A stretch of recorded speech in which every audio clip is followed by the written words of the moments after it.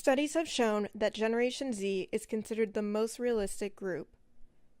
Since they've grown up in the years of terrorist attacks, financial meltdowns, and racial and religious conflicts, it has led them to be more pessimistic.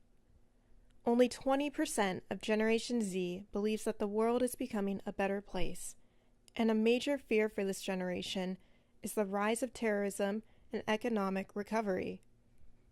This has led the majority of them to identify as fiscally moderate or conservative.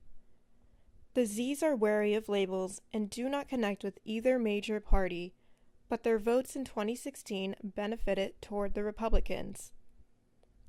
So how does Generation Z view current political candidates? Let's see how that relates to the students on campus. I think on the right, they're lacking a little bit of leadership right now. I feel as though people are paying more attention to kind of cleaning up what is said by the current president and the current administration. They're doing a lot of kind of backtracking on that rather than focusing on pushing an agenda. They're more so cleaning up after what's said by the president and by people close to him in the administration. And I think that's kind of inhibiting what a lot of more neutral Republicans are trying to do.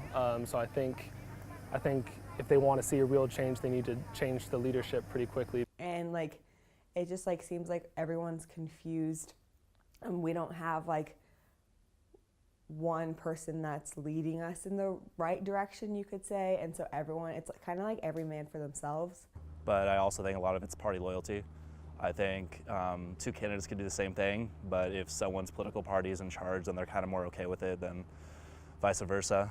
I think if they want to see a real change, they need to change the leadership pretty quickly, because you need to vote people in that are more likely to push the agenda that the populace wants, rather than just kind of cleaning up messes that are made by the president.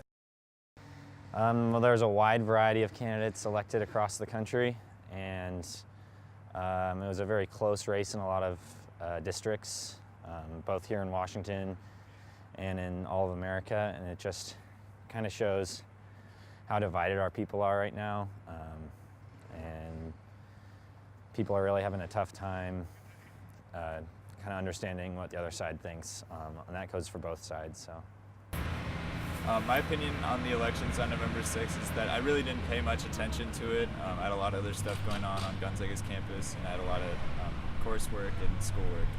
I think our generation kind of took the election as a referendum on Donald Trump. I think it's kind of unfortunate that it went that way, because not in terms of the results, but in terms of us viewing it as a Donald Trump election when he's not even up for election right now. We should be focusing on issues that matter to our locality and our districts and our communities and our states, but that's not what we're worried about, and so that's why we can't find any common ground.